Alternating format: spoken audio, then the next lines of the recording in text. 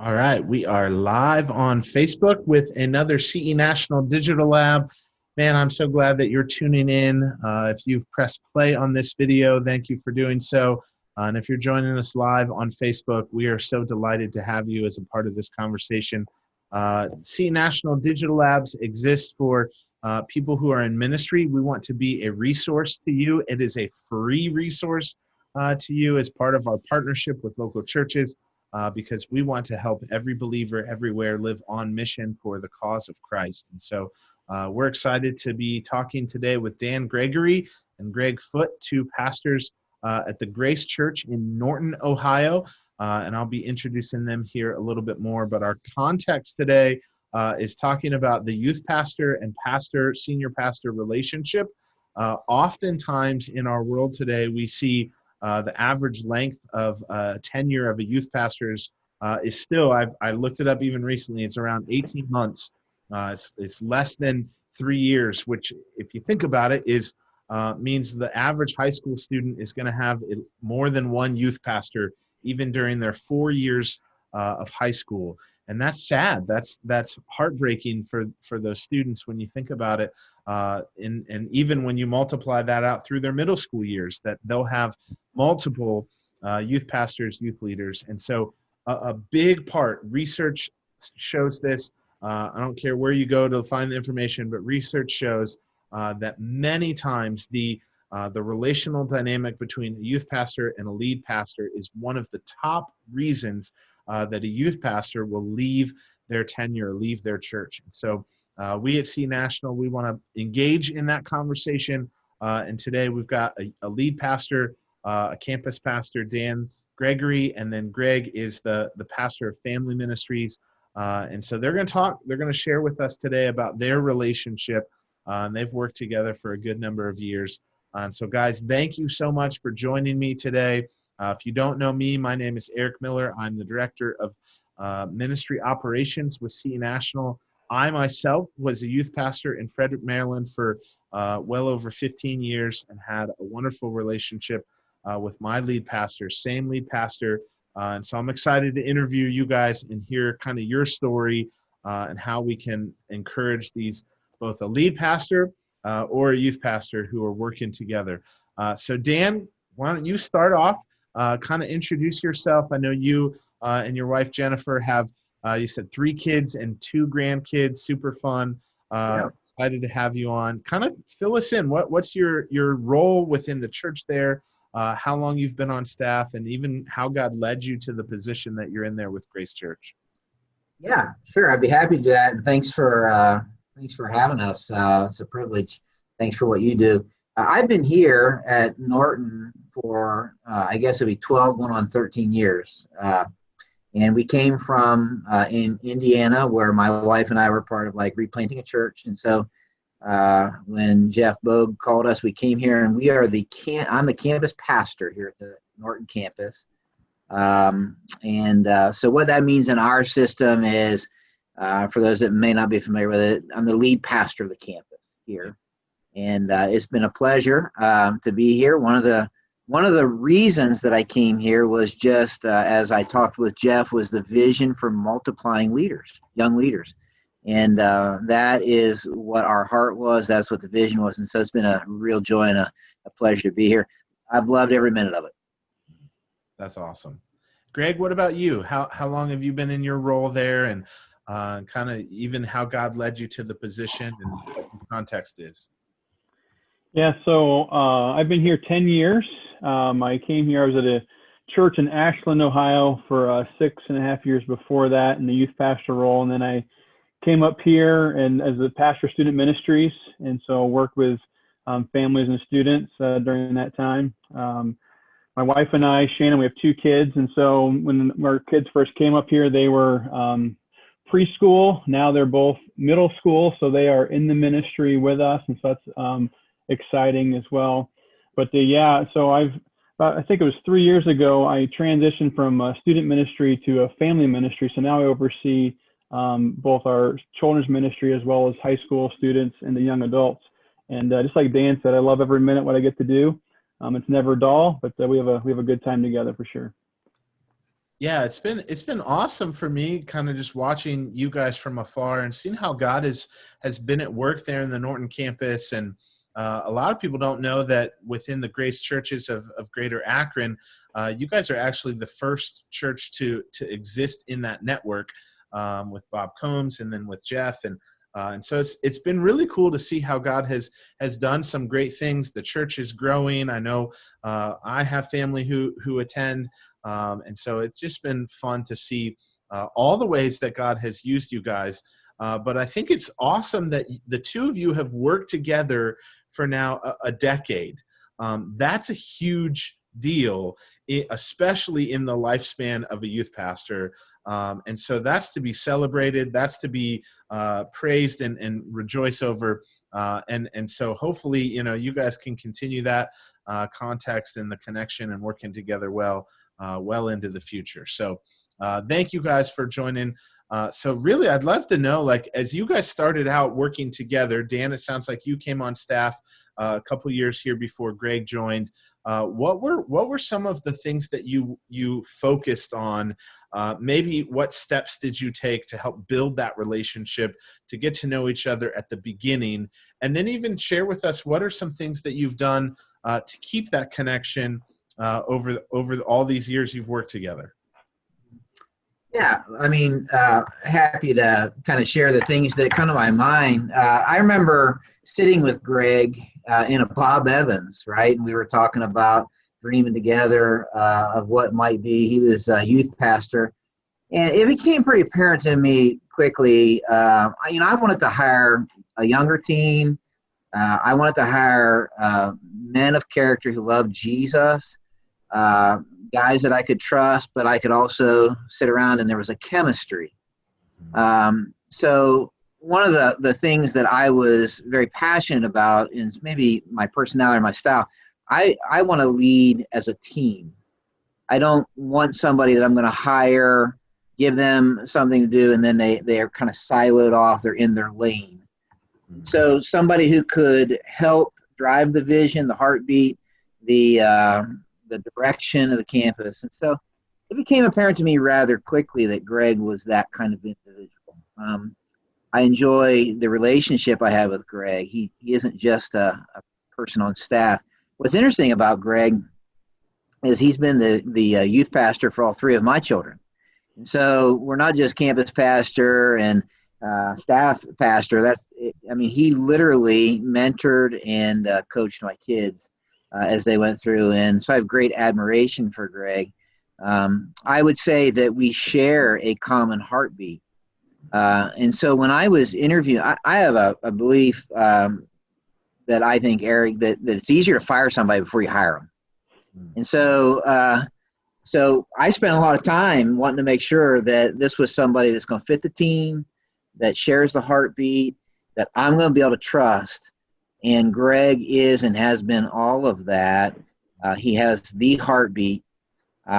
He is somebody that I trust. And it is a relationship. We are constantly in communication with each other. We talk about everything from hard stuff in ministry to strategy, to dreaming together, to whether or not Penn State's going to beat Ohio State this year. You know what I mean? Like that's the kind of relationship we have, and just enjoy. So I might walk up and down the hall and we'll banter about a football game, or we might sit and talk about a student and their family who's in deep weeds, or we might talk about the direction the church is going. And that's who I wanted on the team. He adds value beyond. He's not just only a youth pastor. Obviously, he's the family ministries pastor, but he adds value beyond. And so I think that relationship is just so important. I trust him, and I love him, and I learn from him.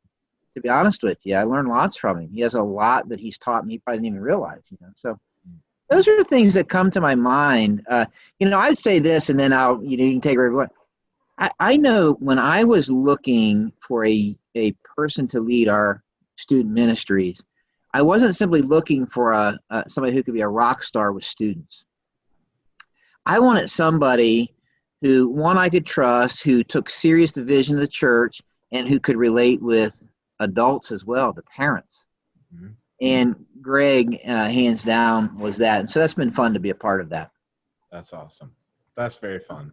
Greg, you and I go way back, man. We were on Operation Barnabas together as students. So, as you started out there in youth ministry, working with Dan, what were some of the things that you remember that kind of stick out? And how did he invest in you and build that relationship? How have you guys kept that connection going since then? Yeah, I mean, it goes right back to with Dan's to communication, but a lot of it had to do, like when I came up here, I was obviously this is a different context than what I was at before. And so when I showed up, I knew ministry, how I'd done it before. And so I remember early on, probably 2-3 months in, I personally just felt overwhelmed. Like, this is I'm not supposed to be here. I just felt like there's no way. And I'll never forget it. I don't know if Dan probably doesn't even remember this, but he put my head around, like his arm around my head like a football coach. And he goes, Greg, I didn't hire you because I didn't think you could do it. I hired you because you can do it. And that's just his leadership style is that way. If you think about a football team, we're like all the coordinators, and so we all do stuff together. We have the same vision. We're running down the same field, and we're strategizing. And we have fun together. We laugh together. We cry together. And it's just what you talked about too. We talk about the hard stuff as well as the fun stuff. But it's that culture not only with the youth pastor, but everybody on the team here at the Norton campus has that same kind of flair, where Dan just invests in us and he believes in us. He doesn't hire us because we can't do it, but we can, and we get to do it together. So it's pretty cool. Something, Eric, if I could chime in here. And Greg, I was just thinking this as you were talking. One of the things that meshed us pretty quickly, it wasn't long after Greg was here, we had a fire. How long after you were here, Greg? You remember? I think it was like 6 months. Yeah. 6 months after he jumped on staff, and our entire auditorium was gutted, and we had smoke damage through the whole building. We had to totally readjust the entire paradigm of ministry. And the way we did it was every day we would meet in my office, the whole team, and it was like a war room, and we would just strategize, what are we going to do? How are we going to do it? What's the creative ideas? And it's just kind of, sometimes things like that just mesh you together. You trust each other. You walk through it together. It wasn't one person's problem. It was our opportunity to tackle this together. And I just remember him being a huge part of that thinking process. Huh. Talk about trial by fire. Wow. That's literally. Yeah. Oh my, that's crazy. So, Greg, just a side question for you here. Any added pressure when you've got the senior pastor's kids in your youth ministry? Do you feel the need to like give them a little extra attention, or what's that like? No, it was actually kind of cool because I had vested interest, meaning so it's like one thing when even today, like Dan's kids are, old, grown and adult, but when he teaches and preaches, he still talks to teenagers. And so the cool thing is, like, there's never special treatment. It was just like, these are my kids. How can you help mentor and disciple them? And so it was kind of neat because how he practiced his parenting wasn't just something that he talked about from the stage, but it was how he did it behind closed doors, or how he lived day in and day out. So it was just kind of cool to see it lived out on a daily basis, for sure. Yeah, it makes it easy to serve, doesn't it? Yeah, nice. All right, well, Dan, let's kind of dive in from a lead pastor's perspective and in your standpoint. I know you have a good sized team there within your staff. Give us kind of what's your aim as a lead pastor? What's your goal, I guess, in how you invest in your staff? How do you do that? What does that look like? Yeah, to be honest with you, I think, you want to hire. I will say this, somebody mentioned this earlier today, you certainly don't want to micromanage, because you'll lose good leaders. So you want to hire leaders. And then your job, I think, at that point is to coach them, to encourage them, to inspire them, maybe to be a listening board for them sometimes, to equip them. Do you have what you need? I know in my relationship with Greg, I hired a leader. And so what he does, to be honest with you, there's a lot about his specific job tasks that he just knows a lot more about than I would. And like, I think you got to be okay with that. You got to understand that. In fact, I think you're silly if you don't hire for that.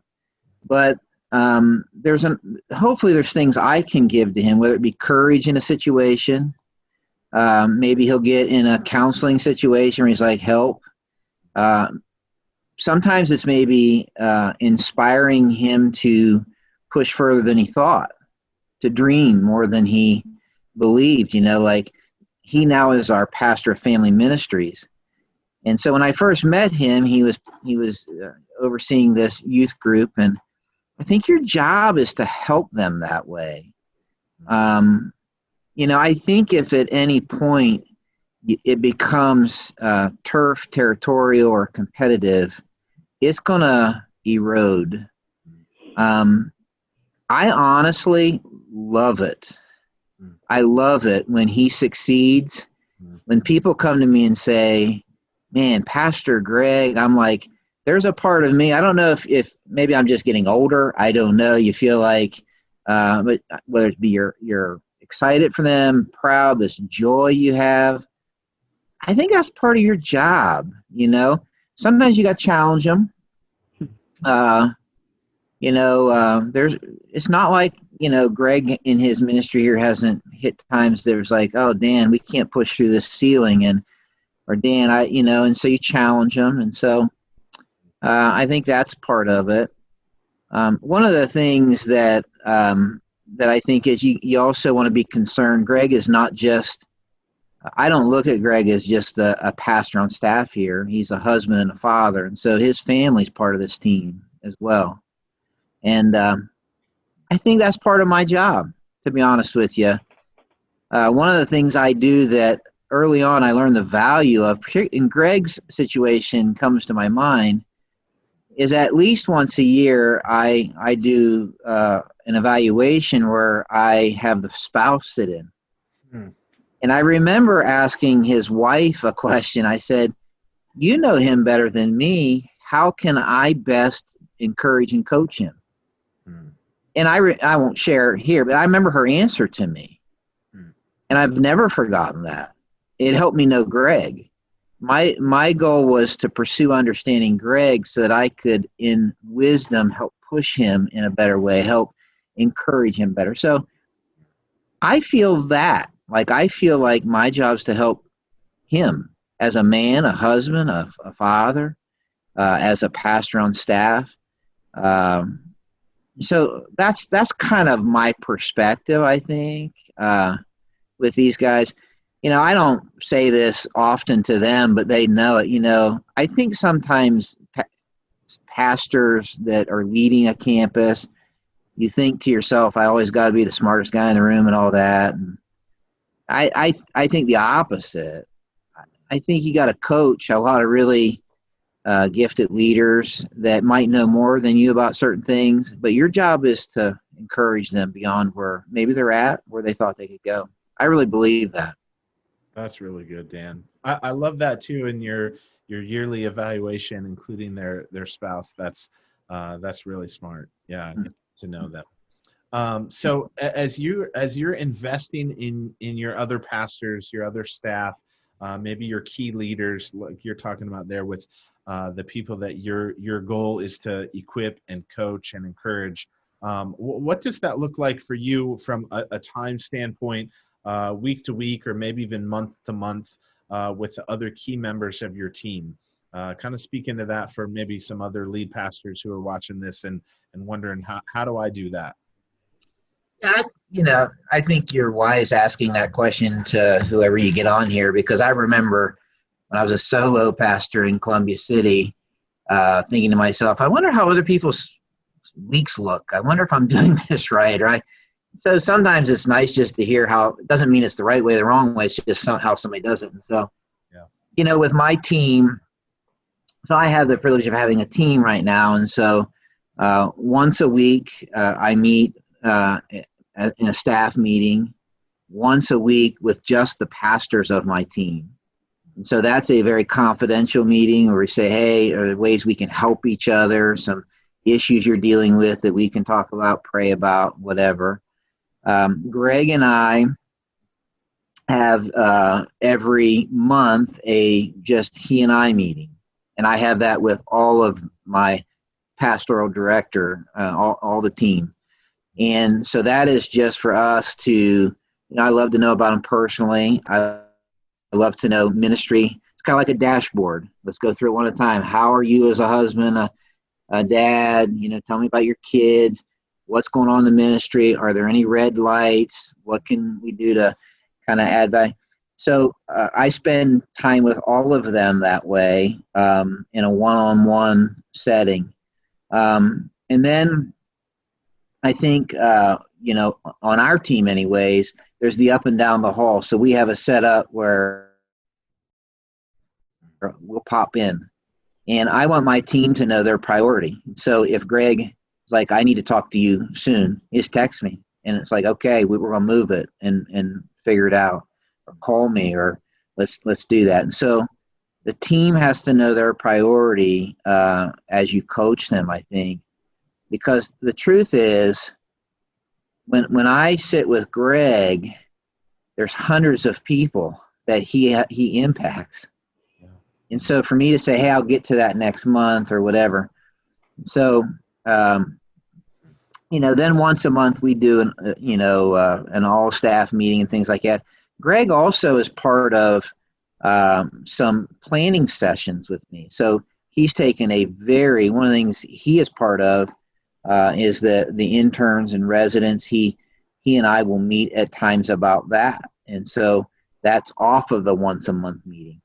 So I think there's the organized meetings, the way I would term it, so that's the once a week, once a month, all those things. And then I think there's the organic. It's like we're popping in, we're calling a meeting, and Greg and I don't know, we literally probably have conversation of some sort several times a week, and that's the way it is with our team. It's the kind of way we operate. That's awesome. Very relational, I would say. Yeah, I love that. It sounds like that. Yeah, that's very cool. So Greg, we'll get to you here in a second to speak on the youth pastor side. But Dan, I have one more question for you. As you look back over the years of you being in this position and serving your church and working alongside of Greg and others, what are some of the unique things that maybe you've done that are out of the norm to help create that relational dynamic, or maybe something that was that you guys did that was unique and creative in a way to build those relational contexts? Yeah, well, I don't know that I'm the most unique or creative guy in the world when it comes to that. I'm not sure. I honestly think that the thing that comes to my mind when you ask that is this. I would look at what we're doing here. It's not like a business. It's not like we're going to work. It's kind of like the family store. I remember when early in ministry, somebody saying this to me, and it just helped me because my kids were little, we're planting the church. And he said, if you could look at this like the family store, and if you can think about the family store, it's like you're running the store, but the kids are sweeping back here and they're running the cash register. It's like we're all in this together. That's kind of the way I see it, even in this context. It's a little bigger context here. Yeah. And so some of the things that we do are this. We look at Greg's family as part of the team. Our home is open. We have people to our home. We have the staff to our home. Because what I want to do is I want to knock down as many walls as possible. I'll tell you this, Eric, when there are walls, you'll lose effectiveness. Yeah. And I want Greg, this is so important to me. If Greg is struggling and he's afraid to talk to me, you see, I want him to be effective in ministry. Yeah. But if he feels there's walls and he's got to keep something from me because, Dan knows that, So your job, I think, is to knock down walls. And the only way I know to do it is to treat this like the family business. We're family. We are a family. So I want to, his boy plays baseball. So I want to show up to some of his baseball games. I want his boy to know hey, we're family. I'm gonna come watch you played basketball. I want to come watch you play. We have the family out to the house, and we let them know, that we have a swimming pool at our house. It's like, come swim, come hang out. Just stuff like that, I think that knocks down walls. I do think including his wife in the once a year evaluations knocks down. She feels like, I think his wife would feel like if we were struggling, I could raise my hand and say, hey, it's overwhelming. So, and then we do staff retreats. You got to have fun together. I do believe that. And so we've been to golfing together, stuff like that. One of the things, I don't know how many people watching this would know Greg, but if you've never been with Greg, when you get him laughing and he can't stop, he's like a middle school girl, man. I mean, it's kind of crazy when he gets going, but that's fun. And it just knocks down walls. You can laugh with each other, at each other, all that kind of stuff together. And so those things are things that come to mind. I don't know how creative they are. I think you got to be intentional with it. I really do. Yeah, that's so fun. I love your point too of like, I think you're right, Dan. You have to have fun in your team. You have to be able to laugh. And I think all of that lends to helping to take down those barriers and knocking down those walls that you were talking about. That's awesome. Greg, so kind of from your perspective as a youth pastor, what are some of the things that are in your mind when you're learning from Dan as your lead pastor? What does that look like for you? Yeah, I think a lot of it is like you are learning. So I'm always a learner, and like Dan says, not the smartest person in the room. It's so true, and you get all of us together a chance to all share different things. One of the things I could say to youth pastors specifically is, don't ever think that just because you have a job and they give you a title of pastor or director, that all of a sudden you're at a certain level. There's certain things you have to trust, you have to build, that I think a lot of times we can short circuit, and it just takes time. And also too, it's like people look at the youth pastor position as, well, this is a stepping stone to take over. Like, I don't ever want to sit in Dan's seat. I mean, I've sat there before just for fun, but I never want to sit and be a lead pastor at a church. It's just not how I'm wired.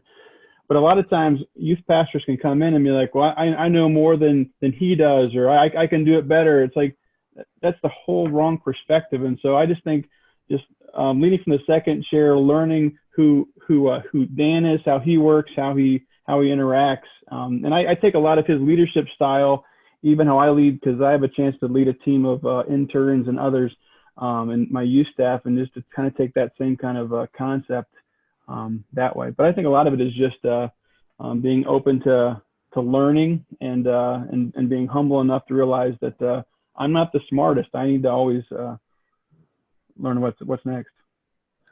I'm glad you clarified that, because for a second I thought you were going to say that Dan wasn't the smart. I was going to bring that up.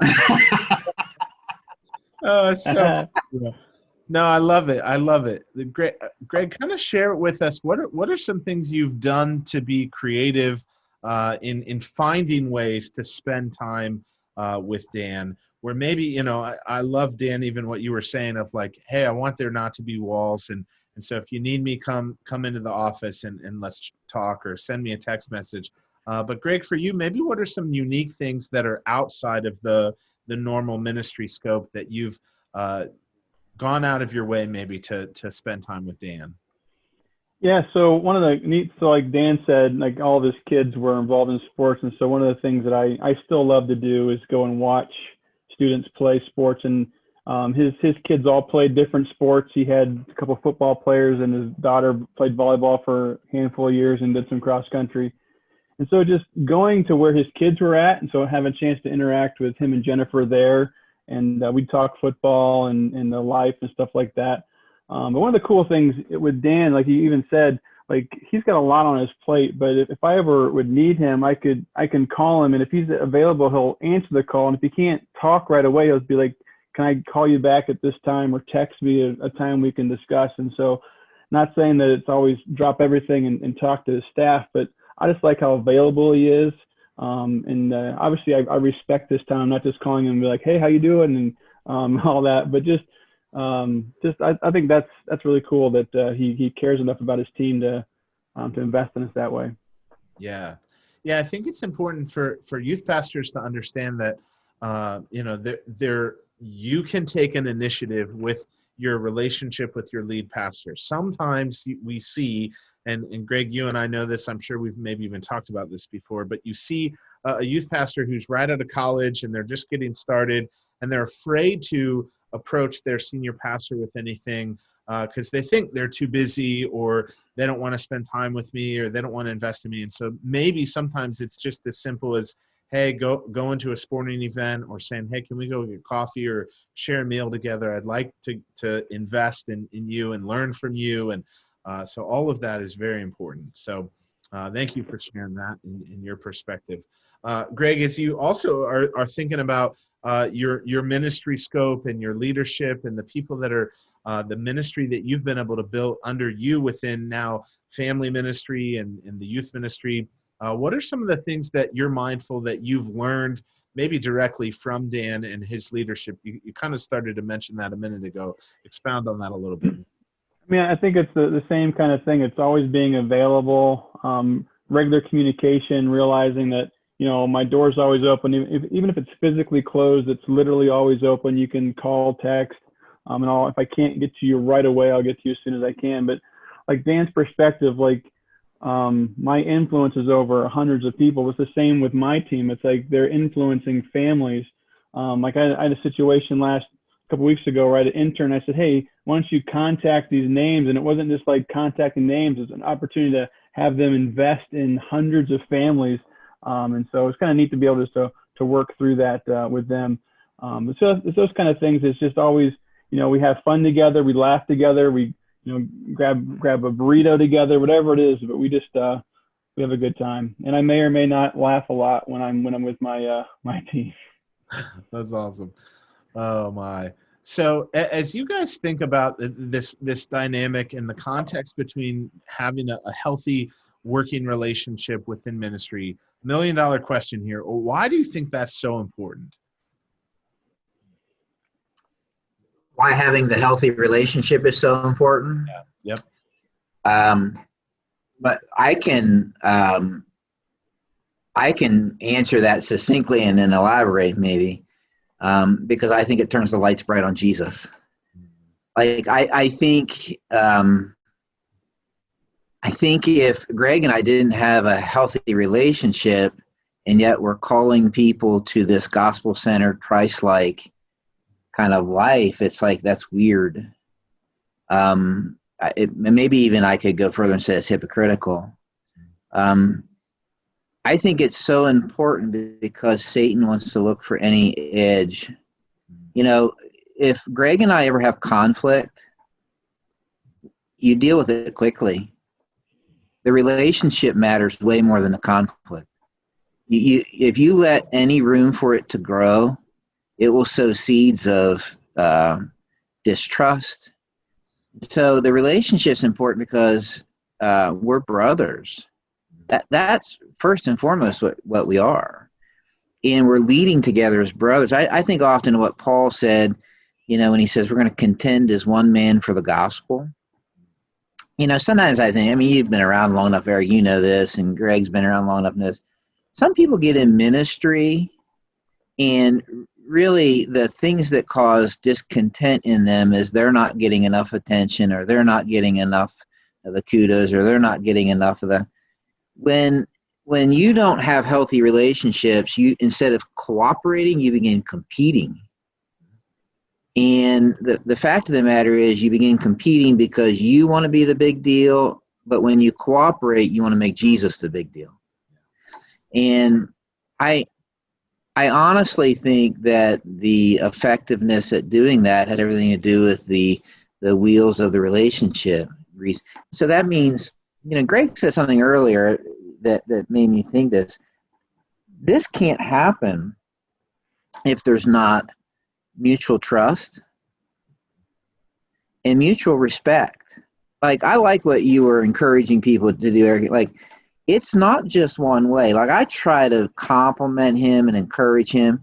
A few weeks ago, I don't remember now even what the sermon was or anything like that, but I remember I got a text from him, and he wanted me to know how God used the sermon, and he probably has no idea, breathed life into me as a teammate. See what I mean? It's a both ways thing. It's mutually saying we want to come together. So I think it turns lights bright on Jesus. It creates a more effective leadership style for the people that you're leading. But I think that's the healthy way for you to lead people where you're trying to take them personally. Yeah. Greg, what about you from your perspective? Why do you think having that healthy working relationship is so important? Well, because it builds confidence in you. Because if I thought that Dan was against anything I wanted to do, I'd always be like tiptoeing around, being like, well, I know he doesn't like this or doesn't like that. And there's been times like we speak freely. I have crazy ideas different times. I remember one time I had this idea, and I look back on it, this is a dumb idea, but at the time I thought we should do a slip and slide on a Sunday morning with our middle school, because we had green space and we had all the students there. And Dan, like, he just goes, Greg, it's probably a bad idea. And if I wasn't confident in myself, being like, well, Dan doesn't agree with anything I say, even though looking back, that was not the right time to do a slip and slide on a Sunday morning. But all that to say, it's like, I think you just got to realize, it's not just my agenda, it's the kingdom agenda. And so it's got to make sense with what's all going on in the church. And so I think just respecting and listening, and realizing we might have great ideas they might be great ideas just to stay not put forth. But anyway, so it's those kind of things that I think help in that relationship. That's a great point I think Greg makes there. It's like, I think the healthy relationship allows for the sharing of ideas without the fear. So some of them are crazy, but because you feel the freedom to share all those ideas, some of them are the home runs. And if you don't have that, there's going to be a fear to share ideas, and you're going to miss some really good stuff. Yeah. That makes me reminds me of a time in Frederick in Maryland at my old church when I had this crazy idea as the youth pastor. Hey, let's do a fundraiser for our students for Momentum Youth Conference. And basically, the way we set it all up, there was a bunch of students and then some of the adult volunteers, myself, and then Pastor R. Green, our senior pastor. We were all competing against each other, and the person that had the most amount of money put in their bucket had to kiss a live donkey. And we actually brought a donkey into the auditorium, and Pastor R was so gracious. He won the contest, and he, in front of the entire congregation, kissed on the lips this donkey. It was hilarious, and it was beautiful. And that was maybe one where I was prepared for him to say, no, that's not a good idea, but he went with it. But I think, to your point, Greg, it was that, it's that healthy, positive working relationship where it does condone a creative environment, and it's fun to get to be a part of that. And so I know we want that for all of our youth pastors, for all of our lead pastors. But let's kind of shift gears and turn a corner here. What have been some of the obstacles that maybe you guys have seen in others? And we'll leave names out of it here, but what are some obstacles you've seen hinder other lead pastors, senior pastor, youth pastors in that working relationship with their teammate? You want to go first, Greg, or you want me to? Go for it.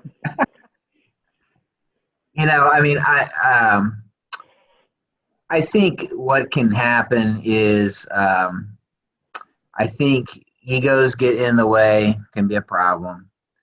I think I honestly think that you got to invest in young leaders and let them fly. If you don't let them fly, they'll fly. They'll fly away. And so I think you have to know who you are, what God's called you to do. There's got to be a sense of security. I think that you have to somehow be okay with them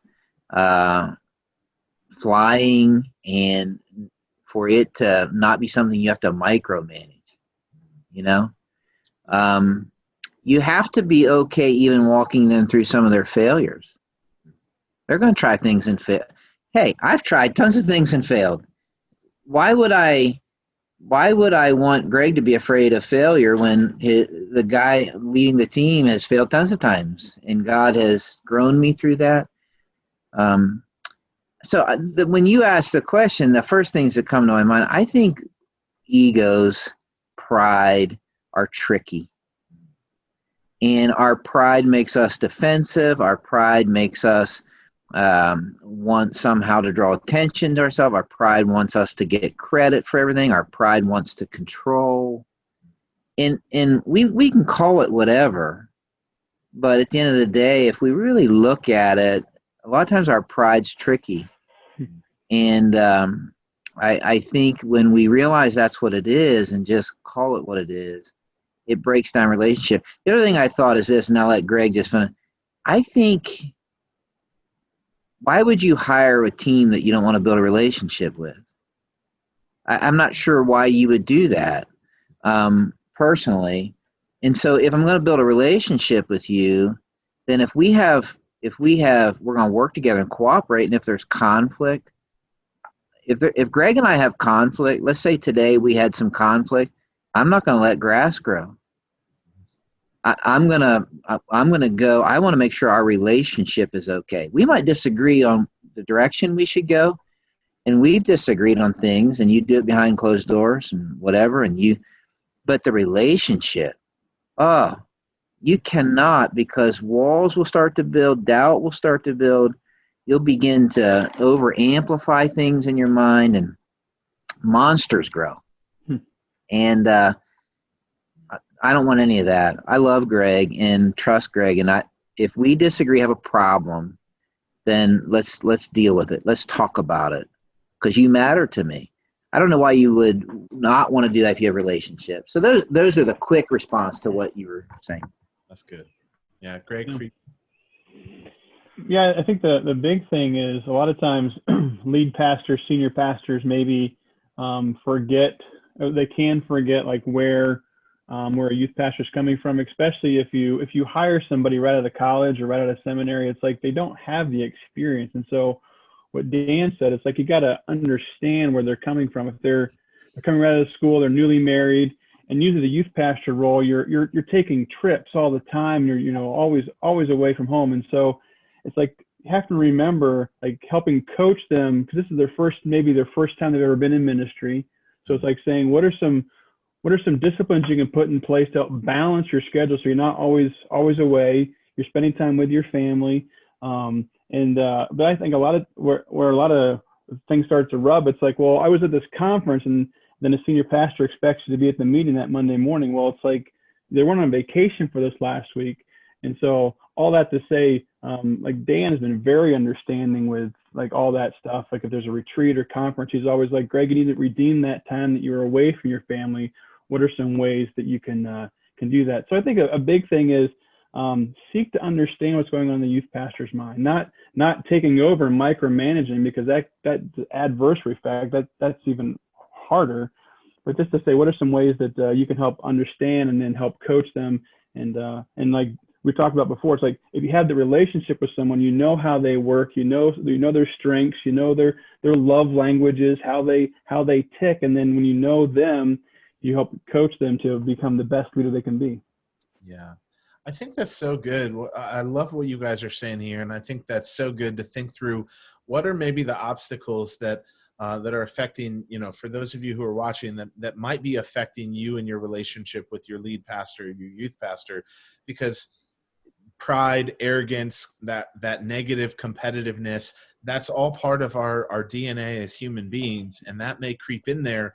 But Greg, I love what you're saying, because sometimes we're in different stages and seasons of life, and we might be in, maybe I'm the lead pastor and my kids are adults now and they're grown, and we're in just a different season of life than a young family that maybe it's good to remember what it was like when you had, little kids at home, and the added weight of that, and especially during COVID and all of the turmoil that can cause, and those things weigh on you differently. Or to understand, maybe if you're a young youth pastor, to realize like, hey, I'm in a different, unique situation where my scope of ministry looks greatly different than the lead pastor. And maybe there's things that the lead pastor is walking through that I don't know about. And so maybe that's part of the reason they're not as accessible or available as I'd like them to be. But you guys are hitting on some great things there. So one last question for each of you, just from your perspective. So Dan is a lead pastor, Greg is a youth pastor. From your perspective, give some advice, speak into, maybe encourage or challenge the youth pastors, the lead pastors who are watching this. What things would you want them, other lead pastors or other youth pastors, to do to develop those healthy relationships, or maybe to be aware of? Greg, I'll let you go first on this one. Okay. Yeah, I would say the big thing is just find ways that you can learn about your supervisor, your boss. Like, what are some things that make him tick? Like Dan said, the encouraging text. Like, I didn't think anything of it, but it was just one of those kind of things. Like, it was a great sermon, and so just finding ways to encourage him, because I think a lot of times we think, well, they're the senior pastor, they're the lead pastor, but they're people too. And so like the opportunity to be able to encourage them and get to know them, and not just, it's more, ministry is different than just clocking in and clocking out. And so it's life on life. And so it's getting to know their family. One of the neat things that Dan's wife, Jennifer, does is she gathers all the pastors' wives together, and they get together, I think it's on a monthly basis, where they just go and they have an evening away. And so we all know when that is. So we put the date on our calendar, so all of us guys are watching the kids. And it's so refreshing for my wife, Shannon, as well as all the other pastors' wives, just investing that way. But I think the big thing is just, don't just think, well, I got this position, therefore I'm going to gun for your job. It's like, no, it's not what I'm here for. It's like, how can I help encourage and equip? Because we're not doing this. We're doing this. We're running after it together. That's good. Yeah, that's great. I mean, I don't know anything better to follow up. I think what I would say, Eric, I was sitting here just thinking as you were asking these questions. I can't think of a single time in 10 years where I've felt disrespected by Greg. We've disagreed. We've had different ideas, obviously slip and slide ideas and things like that. But I cannot think of a single time where I felt disrespected.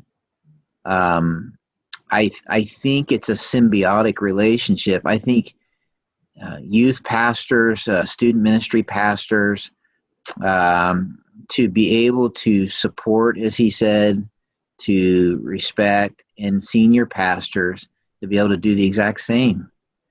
I think sometimes this plays over in all areas of life, like, oh, you don't understand how hard it is in my, and it's like, well, the truth is, whereas Greg might not have to do some of the things I do in my role, I don't understand totally what it's like to do all the things he does in his.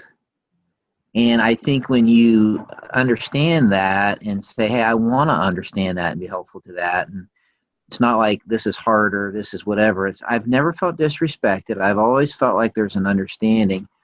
I do think I would encourage, like if youth pastors are listening to this, and you cannot support the leader of the team you're on, do not stay and make it a war zone in the church. Now, I don't know, that might be too direct to say, but I think I feel a need to say that. If you cannot, if you're not in on the vision, or you cannot, listen, let's just acknowledge it and say it.